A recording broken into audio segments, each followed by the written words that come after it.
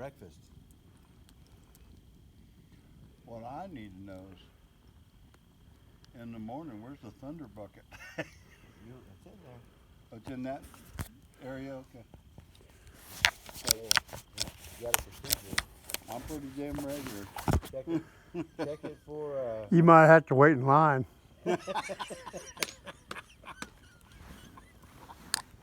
you hear that truck running, you're too late.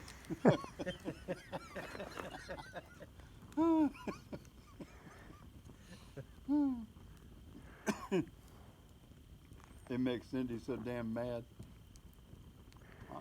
How regular I am, and she just has problems even trying to go. Time in a week. Well, first thing you gotta do is check it for black widows. Okay. Or whatever those are. There was a movie called I don't know if Rich Man, Poor Man. It's an old movie, but anyway, the white guy, they're going off in the desert off somewhere, and he meets a Mexican that has like a little hacienda with an outhouse, and they ask him if he could use the outhouse. And the Mexican guy, yeah, I'll just watch out for your huevos.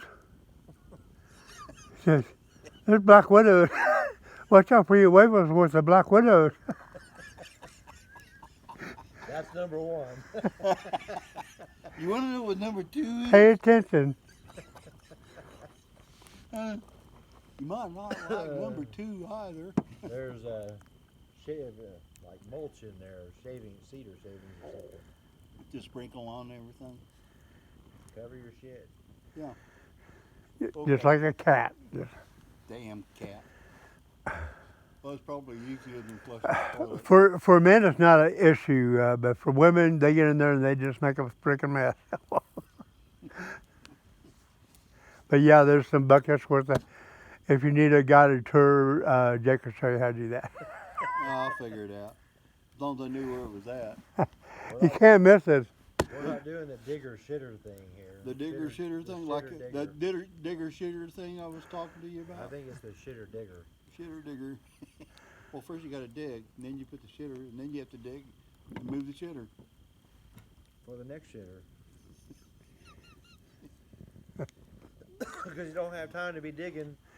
Out there at nowadays, when we roughed in the outhouse out there. Yeah.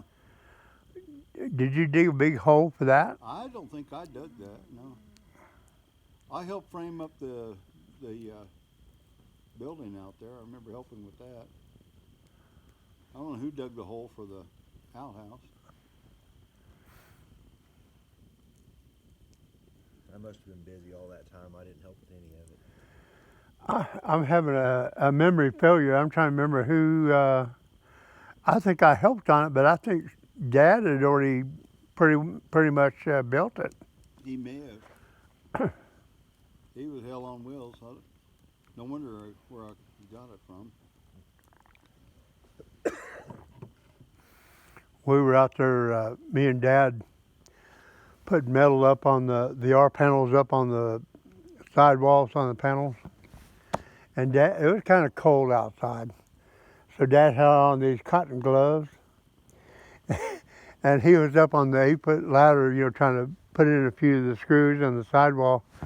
And one of his gloves got hung up on the screw. He starts going like this.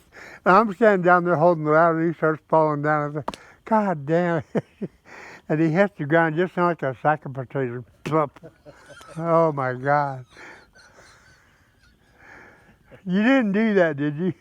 No, I didn't fall hard. Take them freaking gloves off. The brown jersey gloves. Yeah. Yeah. It was every bit of that. I think we had a freaking ambulance come from Cedarvale. That when he broke his rib. Yeah. And then he had already been thrown off the horse. He'd already busted his ribs falling off the horse. Yeah, but they didn't go to the hospital for that. There was something about the x-ray from that fall. They could see that there was 2 ribs that had been broken and healed. God, you talk about a sickening sound now. somebody falling off a 8-foot ladder and hitting the ground with just a thud. Steve, I fell through some rafters of this house that our church was tearing down. It was on their property, but they were deciding to get rid of it. And I'm walking on the rafters, so I'm just 8 foot up. And one of the next rafters that I stepped on gave way just as soon as I did. But the way I fell down was this rib landed on the next rafter, wham, just like that, and I felt like Spider-Man. I was hurting like hell. I had to, the next thing was I had to push myself off that rafter. I was hurting like hell, but I pushed myself off of it, and I caught myself like this on the rafter, and I let myself down to the floor real easy and laid down. I thought, I just need to go home, relax a little bit, so I kind of made my way out to the truck, and I sat in the truck for a while. And I think I better just go to the ER. I had broken 2 ribs. Yeah. The only thing they can do is send your ass home. Yeah. I just sent Luke a picture of, I had some pictures of Dave McDonald's house under construction, and we took a picture of doing the framing, and it looks like you when you're about 14 years old, walking the wall, holding the level on the dividing wall over there. Yeah, that's probably about right. 86, 87. Yeah, 87 is when I saw on the concrete. Yeah, that would have been 14. Whew. Damn hiccup and all this. Let me eat that sandwich too fast. What sandwich? I don't know what you're talking about. All right. Bring me my brown pants.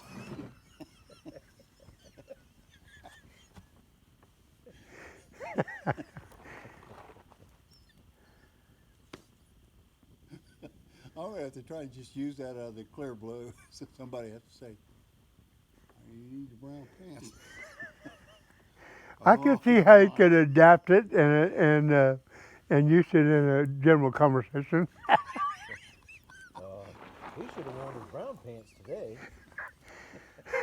After somebody gets scared. I don't think I broke a rib. I might have. I was working at Joyland, and we're building the log jam building. Yeah. And before that really got started, we had the open frame floor joists we were building out there. And I was the world's worst of grabbing like a 5-gallon bucket, turn it upside down and use it for a jump plank. Yeah. And something needed to be tacked up on a brace or something on one of the. So you grab a 5-gallon ladder. I grabbed a 5-gallon bucket and went up there, fell down and hit my ribs on the side of them open joists. Mm. And I couldn't eat for 2 freaking weeks because it swelled up inside. Yeah. They basically just confirmed what I thought I already knew, and then and to this day, I have never got on a 5-gallon bucket. Is that right? That ended those days. That never happened again. I have a wonderful sheetrock jack over there that I use for my 5-gallon bucket nowadays because I ain't getting on the water. So I got to tell the story about us going to Branson and racing go-karts. You remember that? No. Well, we went, I don't know, I was with Mom and Dad, but you guys were there too. I don't remember what the hell we were even doing. We went to Branson for a vacation. But me and you went and rode go-karts somewhere. Well, at the time, I probably weighed 140 pounds, and you were 200 pounds. And we were racing go-karts, man. I just ran away from him. By the time I finished my last lap, he'd already had to stop because I made it past before the time went out. And as I was pulling back in, he was walking out of the building. He paid. He says, "We're going again." Now, was this before the Joyland ride? Yes, it was before It was just Joyland. So Steve had it rigged. Steve had it rigged before you got there. Yeah, That's what they were gonna do. So we take off again, the same thing, and my go-kart just ran away from him. Well, then we had that family reunion at Joyland after you'd been out there working on the log jam, Yeah. and you got them fuckers out there to give you one of the go-karts with the governor off of it. Well, they turned the governor off. His had too much power. He kept spinning out on the That curb. fucking go-kart was twice as fast as any other one out there. I know it was. He's like, "Whoa," he come by me, he's like, pretty fucking funny, isn't it? What I remember was he got in front of you, he wouldn't let you pass, and he let all the rest of us pass, and he stayed in front of you all the way across the line. I don't remember none of that. Wow. You had those guys turn that Yeah, governor I did. off on that. Your go-kart had so much power. Yeah, it was You twice- had to figure out how to run it around the curves because he would spin out.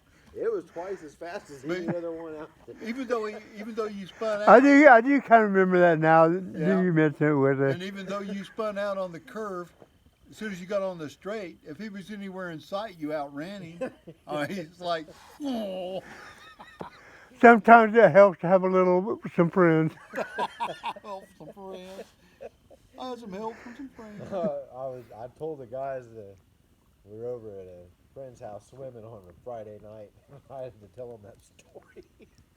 They were laughing their ass off. I remember Steve getting that done.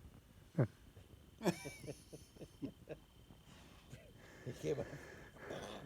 Pretty fucking funny, isn't it? You're the only one. Well, maybe not the only one. When we went to did you ever tell Jake about the state fair? Oh, no, probably not. No, I didn't tell anybody. We got kicked out of the state fair. Yeah, we did. We got kicked out of the state fair. And ultimately, it was really because we stepped in to stop the carney from threatening, I forget his name, his wife.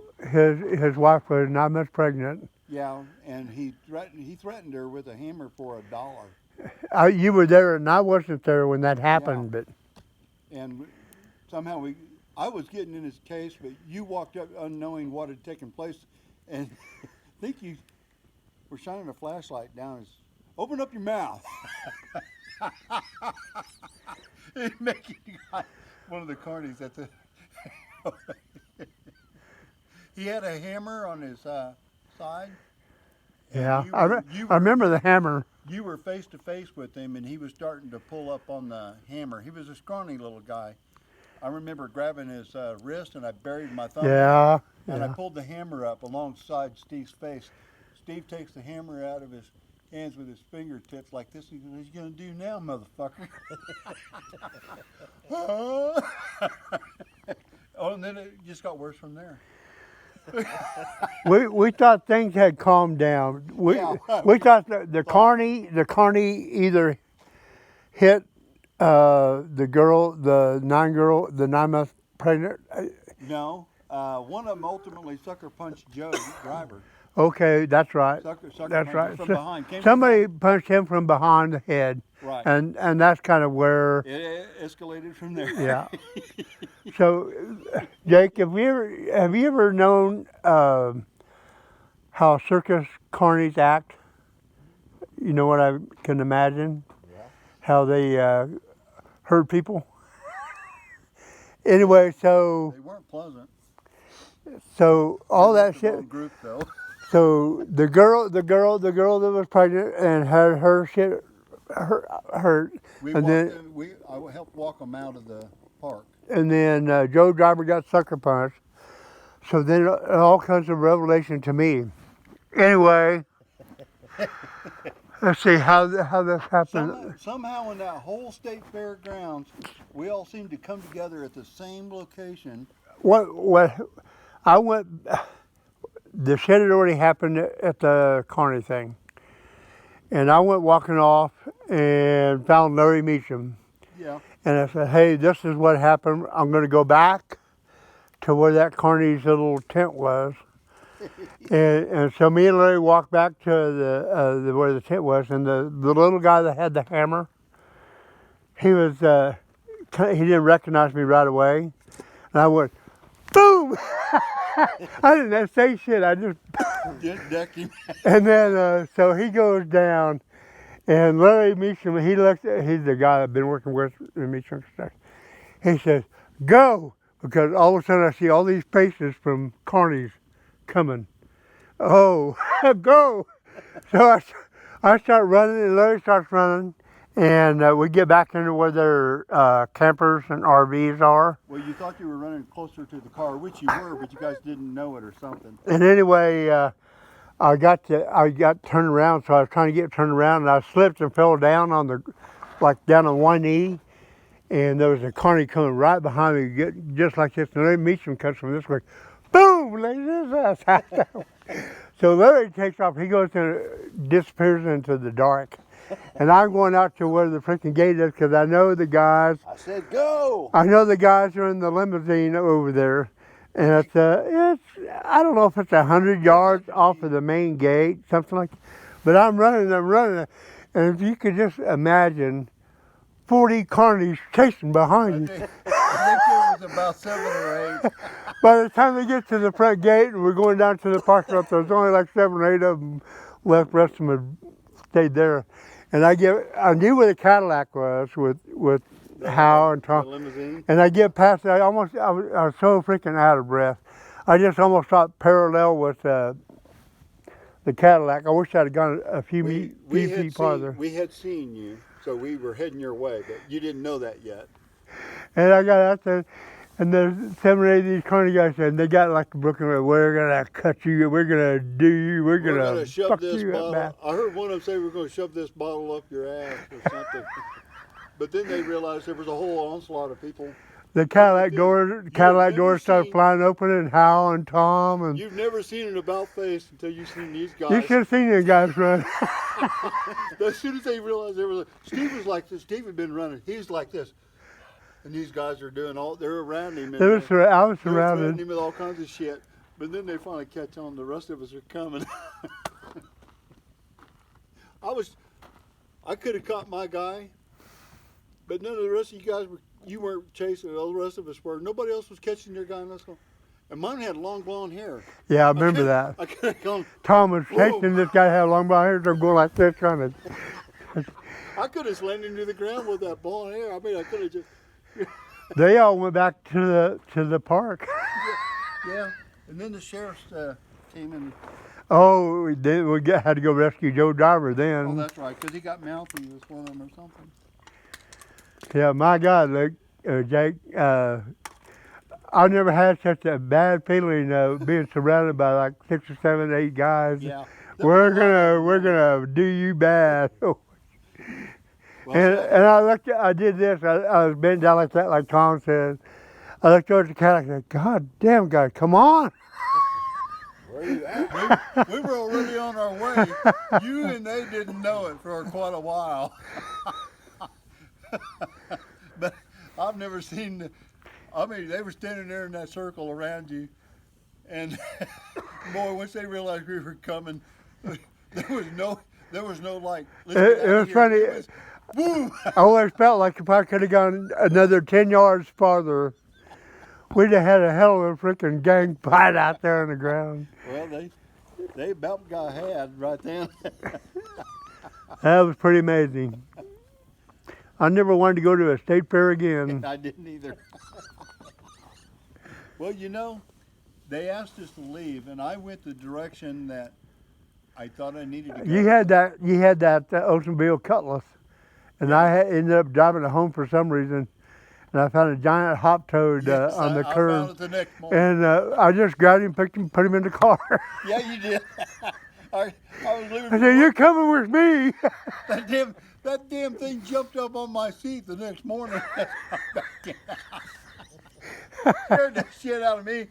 But I opened up the door, I grabbed whatever it was, and almost couldn't wrap my hand around it. It was so big. I just tossed him out. I realized it was a toad by the time I grabbed him and threw him, but Those were the days, my friends.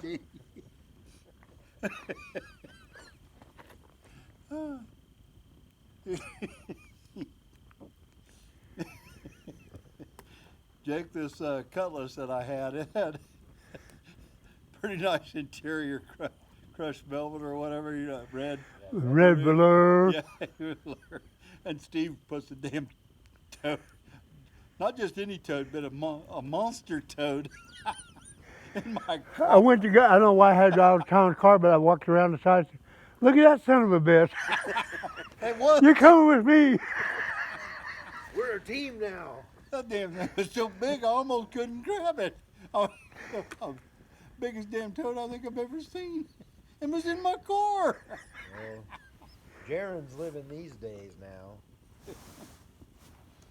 He had a friend leaving for the Marines. He was leaving Sunday, so he was having a going away party Saturday night. Kid he's grown up with, you know, they've known each other since they were this big. And go to this party, and he goes, I was walking through the room and I was looking this way talking to somebody, and I ran into a kid. He goes, that kid turned around and fucking hauled off and punched me right in the face. So it was on, but then everybody grabbed him and pulled him apart and all that shit. And he goes, that kid just kept on, he wouldn't quit. Kept coming after him, and everybody, he goes, they kept grabbing me and telling me to quit. He goes, I'm not doing anything. He's the one that, he keeps fucking coming after me. And I guess Jaron got in a shot or two on him at some point, but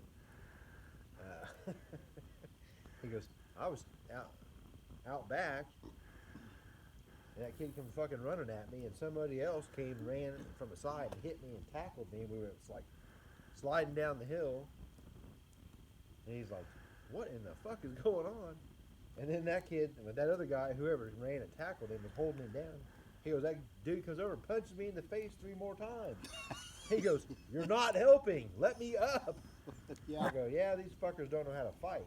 Yeah, let it just go ahead and be a fight and be done with it. They'd have been done in 30 seconds if you'd have let it go, and everybody could have gone on about their night. Well, Steve, I want to know how you tell your story about the day that Pup went in through the fence at Home Movers Incorporated or whatever. What was that called?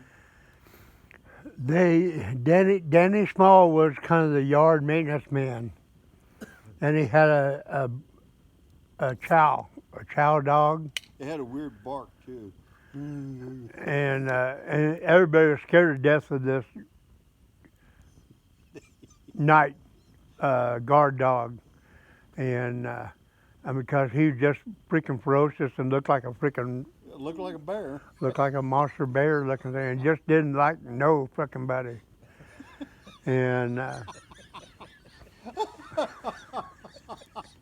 He just didn't like no fucking buddy. and anyway, I said, well, I'm gonna fuck with that dog a little bit, and I was outside the fence from where the chow was, and I had like a little one of those little baseball bat looking things. I was walking by one day and I slapped it against the fence, and he grabbed that goddamn thing and just chewed it in half. I mean, he just fucking mangled us. Well, okay. So anyway, we had gone to the shop like on a Saturday because there wasn't as much traffic going around. It was just me and Larry and Hal. And I don't know, Joe might have been there. Might have been there. It was just on a weekend, just nothing happening. We're just in there bullshitting. And so I had my little dog Pup, and I don't know if you remember him, but he was he didn't have an owner. He just did what he wanted to do. And he goes to, we're in there in the front office talking. And so Pup's with me. He went everywhere where I went. He ride on the hood of the car wherever I go. But anyway, we were in there talking in the front office, and Pup's gone through some of the doors. I guess they had like a dog door. And all of a sudden I hear Pup yelping and screaming. I'd heard him do this before when he get his shit mixed up. Something that he shouldn't. And anyway, so my first thought was run over there. I think I went to one walk-in door. Then there was it was a big warehouse looking thing. and then they might have had like a partition wall that was like 8 foot high with a walk-in door. But anyway, I went in there and I heard Pup yelping and barking and trying to get away from the chow was killing him. And so anyway, I come up on top of that 8 foot partition wall where the door was, and I see Pup running this way, and the chow's right on his ass. So I jumped off the wall and grabbed the chow, and I thought I grabbed him by his hind legs, and I went boom like that on the concrete, and he started to get up, and I went boom, and he didn't move that time. And but anyway, Too far off. he just kind of laid there. Anyway, he died about 2 days later I from. didn't know that. Yeah. I didn't know that. And Danny was, "What'd you do to my dog?" But and the people that actually witnessed it, like Joe Driver, said, "No, you didn't grab him by the hind leg. You had him by the front leg." Like, boom! He got started to get up and boom! Get up again, motherfucker! Every time I see, was it Iron Man, or is it Iron Man? Where The Hulk, Avengers. the Avengers, where Hulk takes the demigod, he's doing that. Wham! Wham! I think of you in that chow. Well, it's pretty amazing. He started to get up the first time, but the second time he didn't move much. I'm sure I was excited, but I was saving my dog. Don't fuck with his dog. I didn't know the child died like a couple Yeah, days. it was. I didn't know that. It was a couple of days later, and I said, "Well, I think it was just hot outside."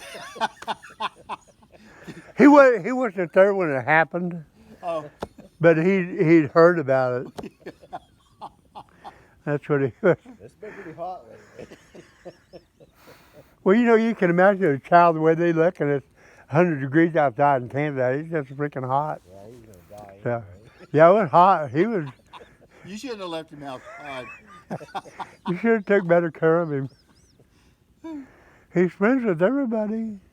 Well, Pup was really kind of an amazing dog, but like you said, he kind of get into things. I remember him walking. He went up the ladder. He did. I've never seen a dog like that. He was a complete mongrel. If you can imagine, like a 20-pound black and tan kind of mongrel looking dog. Terrier.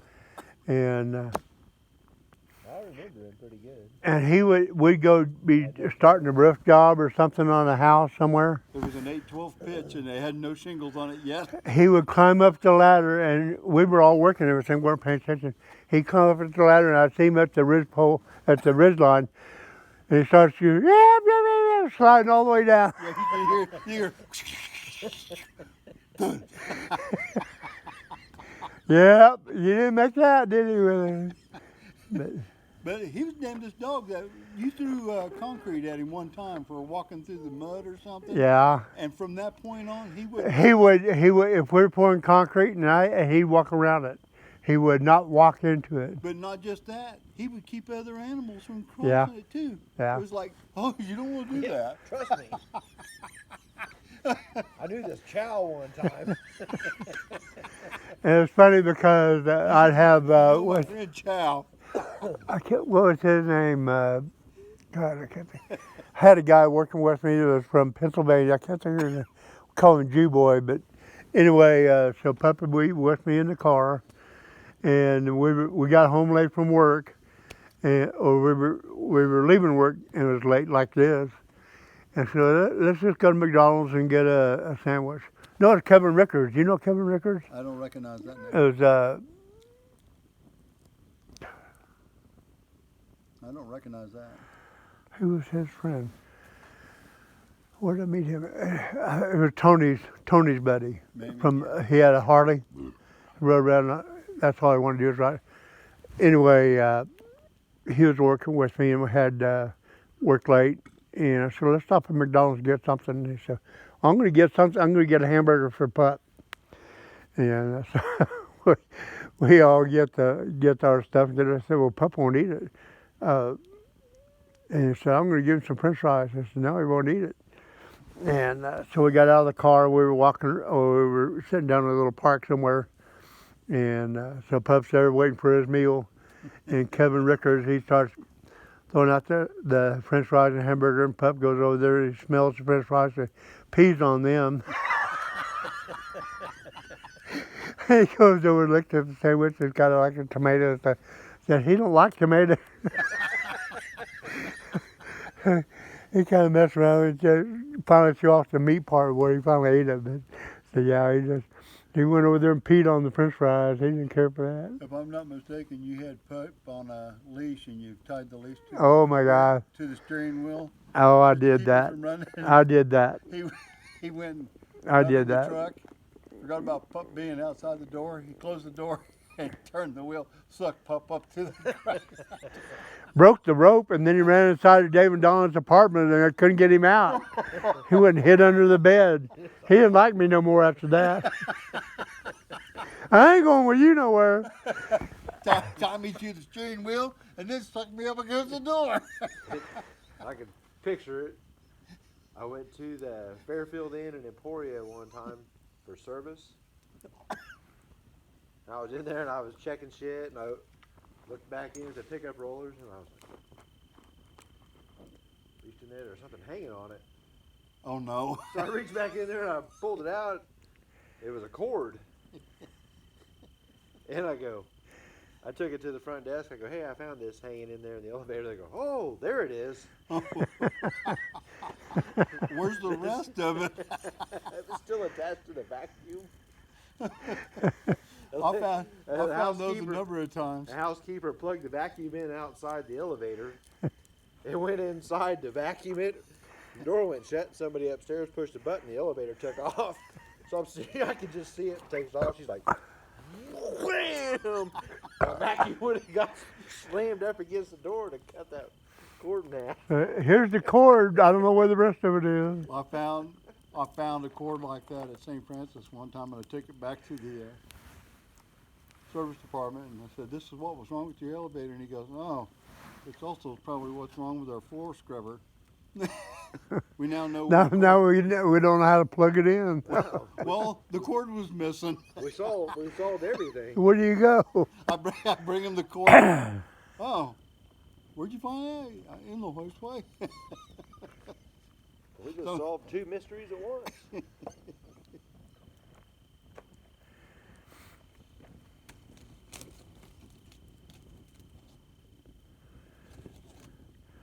One of my memories that Tom is probably the only one left alive to even know about it. Oh no. Well, we went to Houston and Green Beer Night, St. Patrick's Day. I've never seen you dance so good. I didn't know you could jump that high during a dance. That poor girl, she just looked at me. She was stunned.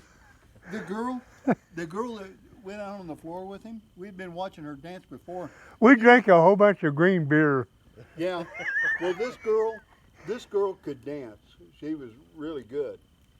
But she got out there with Steve on what song?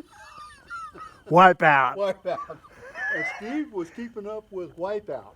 And she's in the floor in the middle, and he's going around, and she's just. People were peeking around the corner from the pool room from the back. They came out of the pool room to watch. Look at this guy. Old damn bars. They didn't even notice the girl out there on the floor. He was moving so good. I don't know what happened. I want to know, why in the hell did you and Hal set me up? No. We didn't. You set yourself up. I did. I know what you're going to say. That big coon guy was eyeballing us all. He was wanting to hit it. He was wanting to fight somebody. Oh, yeah. Yeah. Well, Steve, I went to go get 2 schooners of beer. I had overalls on. Steve and Hal had made a plan I wasn't aware of. Don't worry, I've had a brother do this to me too. I had 2 schooners of beer. One's for me, one's for Steve. I come back to Steve. I want to hand him the schooner, but he grabs my overalls, and he's backing me up. You backed me up into that damn Cajun. That's what I remember. That trashy thing. I turned around like this, and this guy's going like this. He's about ready to plow me. But that's when Hal stepped in. Hey, how about picking on somebody your own size or something like that? He didn't want nothing to do with Hal because Hal was his size. I'd seen that before with Hal a couple But of do you remember times. the bouncers, what they did with that guy that night? The bouncers were right there. They'd been watching him already. Oh, it was already touchy or something? Yeah. Well, they were all his size. And I think 6 of them grabbed him and they used his face to open the door as they threw him out. But their boss walked in and he was the biggest man I think I've ever seen. Everybody else like, he had cowboy boots on, big light. I mean, he was already, all this stuff made him look bigger, but he had to be 7 foot tall. Yeah, Oh, he was a monster. yeah. I kissed my lucky stars when way early in the 70s, first going to Wichita, Kansas, and staying at Carol Sue's house Yeah, with Morgan. I remember that. And I just rode up on my motorcycle from Phoenix, Arizona. And I went to Mom and Dad's house in Derby, Lakeview, 348 South Lakeview. And I stayed there one night. I said, I'd already been living on my own for a year. And I said, I don't like this. I So, come back from this. I don't need to come back. I went over to Carol Sue's house and just stayed over there for, for nights. I just kind of got bearings right. Anyway, got kind of situated. And Carol Sue, we moved around once or twice in different big apartment kind of houses there in Wichita, College Hill area. But anyway, me and Dave Wilson, you know Dave Wilson? I remember Dave Wilson, yes. Anyway, me and him got to be pretty buddies, pretty good buddies, and we went to this beer joint called the Established Head, and it was just the stinkiest, smelliest, rundown, raggedy beer joint you can imagine. Over on 2nd Street and from Hillside, I want to say Patty. Somewhere around over there, I couldn't tell you. Second Street, they got some one-way First Street and 2nd Street going like this. Right. And it was on 2nd Street. It might have been Patty or one of the streets there, but just the lowest budget place. But anyway, they had a jukebox, and you could walk in every night, like our big party nights was Friday and Saturday night. You could walk in there on Friday night or Saturday night, and you just get up to the door, and they'd be playing Pink Floyd, Money, doom, doom, doom, doom. Just every night you could count on it. It just happened. Anyway, and I don't know who this guy was, but anyway, I had a lot of good times there. But anyway, there was 2 guys, and I don't know who the hell they were, but one guy was like you said, like a black guy, a 7-foot black guy with this afro. He had to be somebody famous. I don't know who he was, but he looked like Arnold Schwarzenegger, 7 foot tall, just walking to the bar, and he had like a little buddy with him. And I was sitting there at one of the tables and said, look at that fucking jerk. I'm just going to get up and punch his ass. And something happened, and I didn't get up, but I'd seen this guy several times before in the past. But it just amazed me that I had this thing in me. I'm going to just jump up and punch his ass. And he was, there wouldn't have been any contest. He was just a monster. But I don't know who he was, but it had to be somebody pretty famous. Talk about a brother setting you up. Me and Tony went to Ardmore, Oklahoma, put an elevator in the hospital. I've been there. And we'd been on that job it was like, I think we were there 5 weeks. It was like a 5-stop front and rear, hospital size, hydro. about 2 weeks into the job, of course, I've been around all these other trades, all the people. You know everybody. Well, after a couple weeks, I noticed I was walking around and say something to somebody, they just go, fucking turn and stare at me. Wouldn't say anything, and everybody's kind of giving me the stink eye the whole time, you know, and I'm like, what the hell is going on? Well, I found out Tony going around telling everybody on the job site I would fight anybody there for so much money. Like $50 or something He like was that. gonna rig a fight. So I got all these fucking guys on the job looking at me like, yeah, hey, I'm gonna fight your ass. No one ever said anything to me, but I found out he was fucking doing that. Like, you fucking asshole. He's like, yeah, we'll set up a boxing ring up in here. Like, yeah, no, we're not doing any of that. If you go first, I might follow.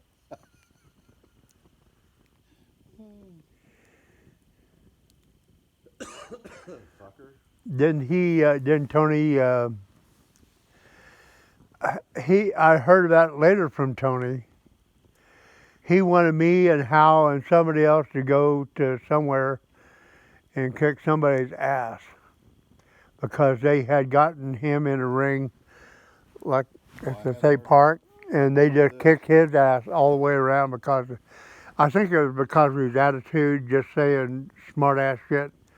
But I guess they beat the fuck out of him for whatever, and he wanted me and Hal and whoever else to come. I don't remember that. Be that. I remember something about that. Yeah. He was mouthing off to somebody and got somebody pissed off at him. Well, when it comes Tony to throw a punch at a time of need, he backed down every single time. He didn't fight. He'd act real tough and stuff. I'll tell you the time he did punch me.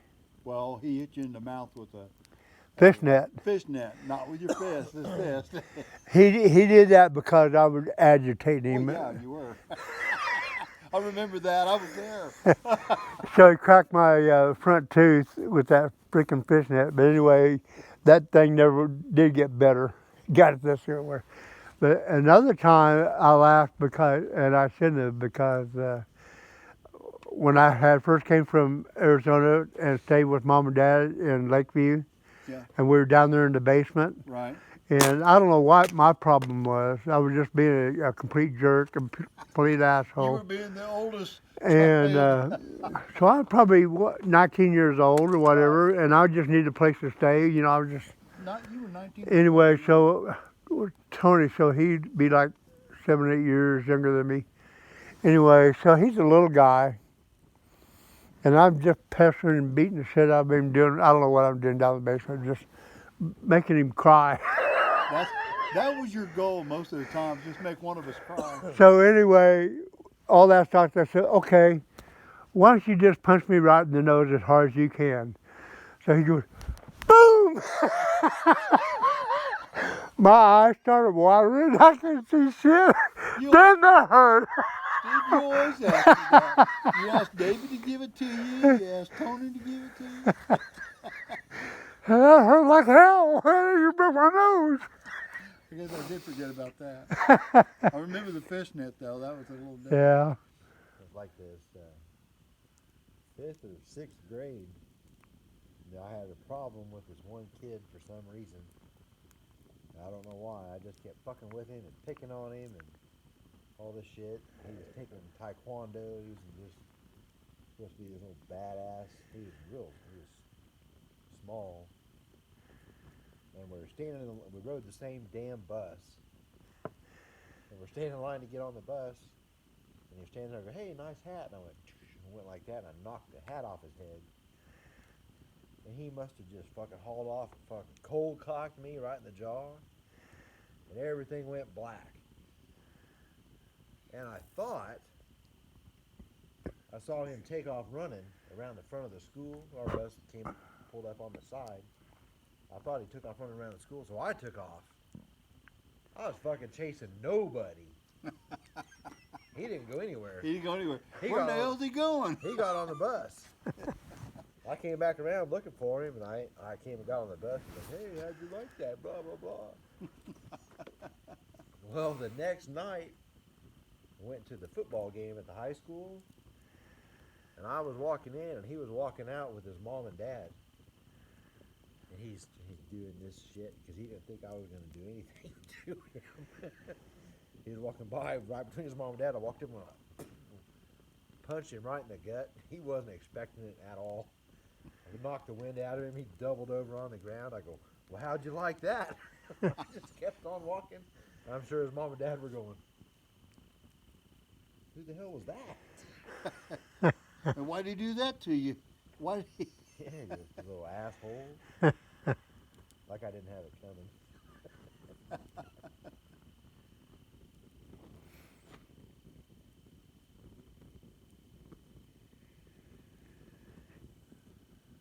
I made the mistake of putting on a boxing glove. We only had one pair, so we put one on. I got the left one, and Connor got the right. I should have never done that, man. I had a fucking busted nose and bleeding everywhere. Fucking eye hurt. I was drunk as shit, and he'd had quite a bit too that night. It was on the 4th of July. You know what Steve told me he was going to give me for my graduation gift? You know what he told me he was going to give me for my graduation gift? No. You remember? No. Yeah, you surely remember. It had something to do with my eye. What's your eye? Yeah, you told me you're going to give me a black eye. That sounds interesting. Yeah, I ended up with a black eye that night. That's like Eric talking about me on his graduation. He goes, we're at Mom and Dad's house, and he goes, we started wrestling around. He goes, so you choked me out, threw me down the stairs, and he go, come back when you're ready for fucking more.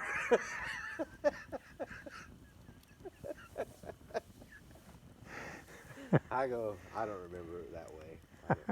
I remember that happening.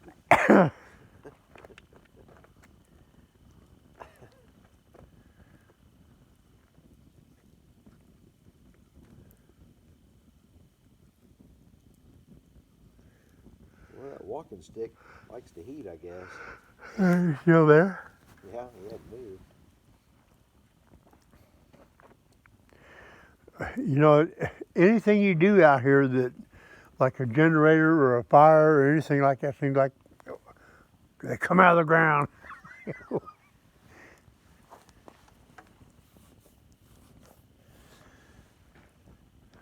I never did like the times in outside Derby when we got on the boxing gloves and we were going up against Dad. Because that was never fair. I meant to say that something else. You remember Dave and Chess getting in the boxing? Yeah, I kind of remember something about that. Yeah.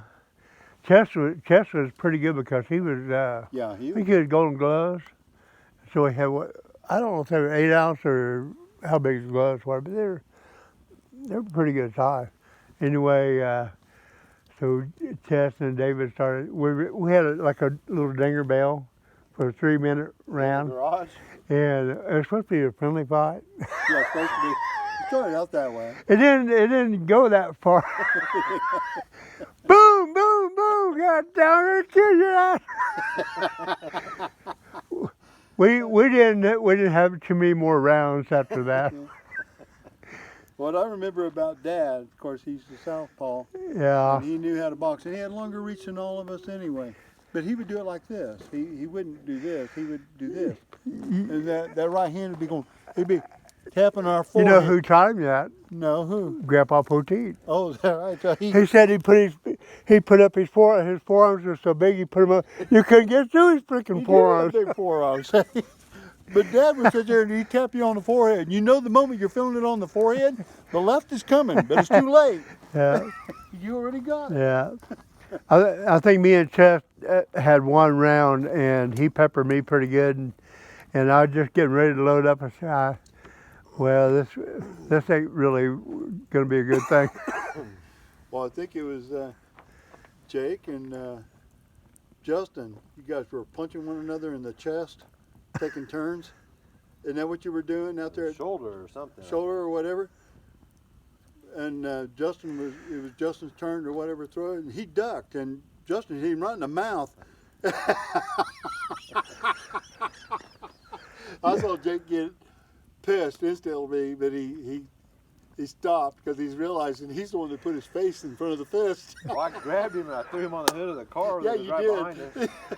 Justin reminds me of a lot of you, except meaner. Yes. You know, I learned. Except meaner and stronger and. I learned no matter what I did to him, I'd do something new and outrageous to back him off. But I know, or I learned, it will only work one freaking time with him, because if he's already experienced it, he will ignore it the next time. This one time, just one example, you know, bare legs, I backed him off using a fly swatter. You know, he backed off. The next time, he took the damn fly swatter from me and whipped me. Yeah. So how you like that? It's like I didn't even hit him with it. I saw him on Facebook doing the chip challenge. Yeah, he remembered it. Do you know quick. do you know what the chip challenge is? Have Tom tell you what the chip Really? challenge is. I didn't know what it was either. I didn't either. That's the first I'd seen of it. But Justin would be a likely candidate. Yeah. Okay. A likely sucker. Yeah. Well, the three of them did. The guy got 3 chips, and they each did one. Yeah. They're 500 times hotter than the hottest pepper you can buy. And could you hear Krista in the background going, "Come on, Pansy boy." Justin's over there. Ah, ah, ah, call ambulance. We did that at our house. Connor's like, we need to go get a mix of peppers. And take them all and put one in the cup.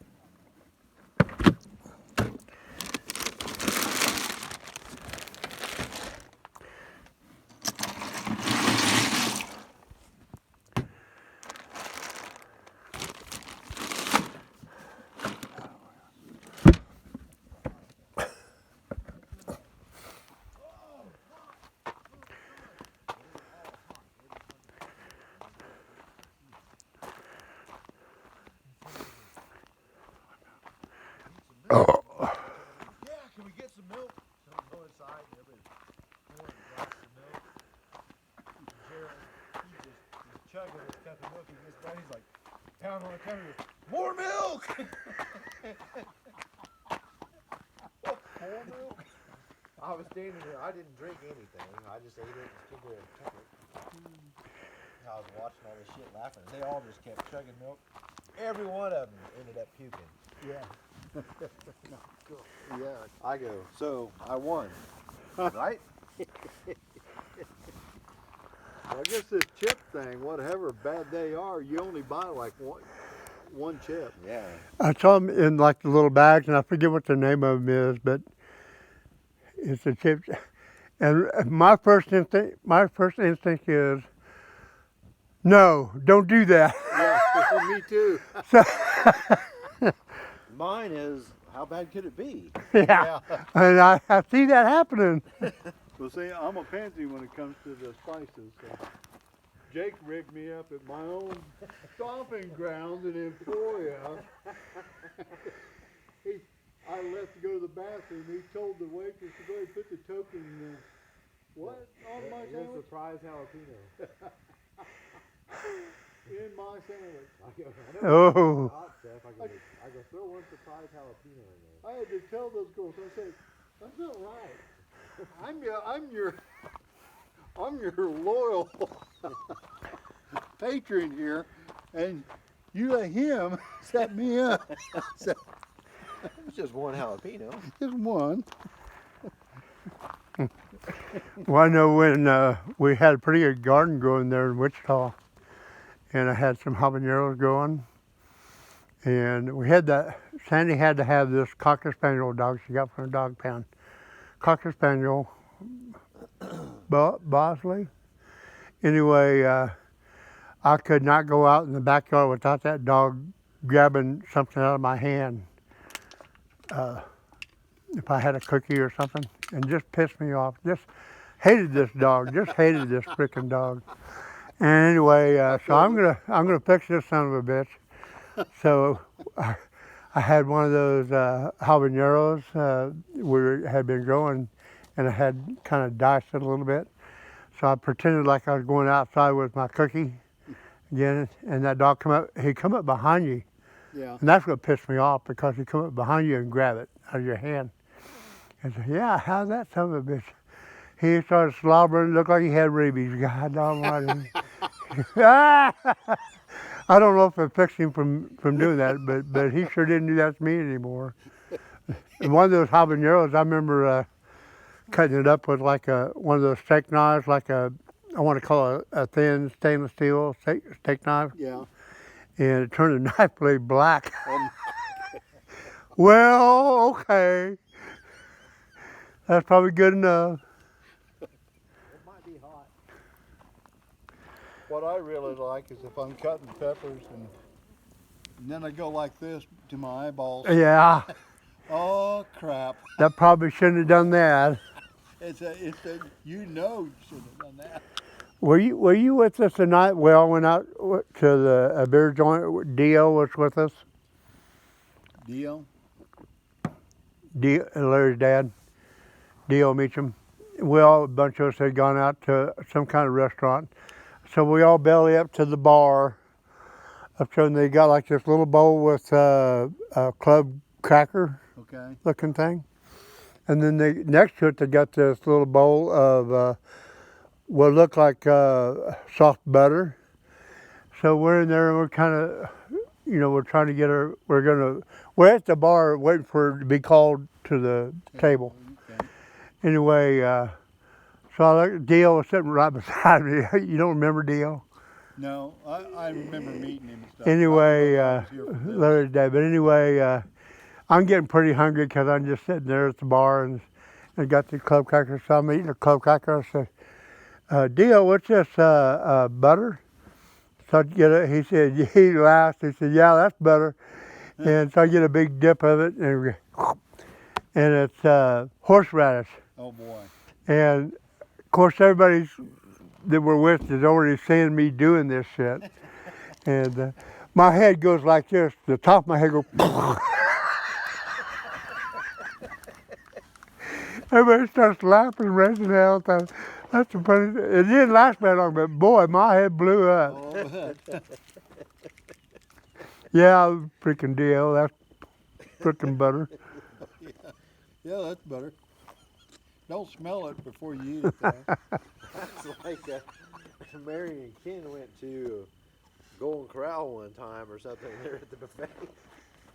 Ken went up, he thought it was like vanilla or banana pudding. He scooped him up a whole bowl. It was butter. So he dug his spoon in. Got a whole bowl full of butter. And Mary's like, I was looking at him going, what's he doing with all that butter? And he stuck a spoon in there. Took a whole big bite of it. Like, Yuck.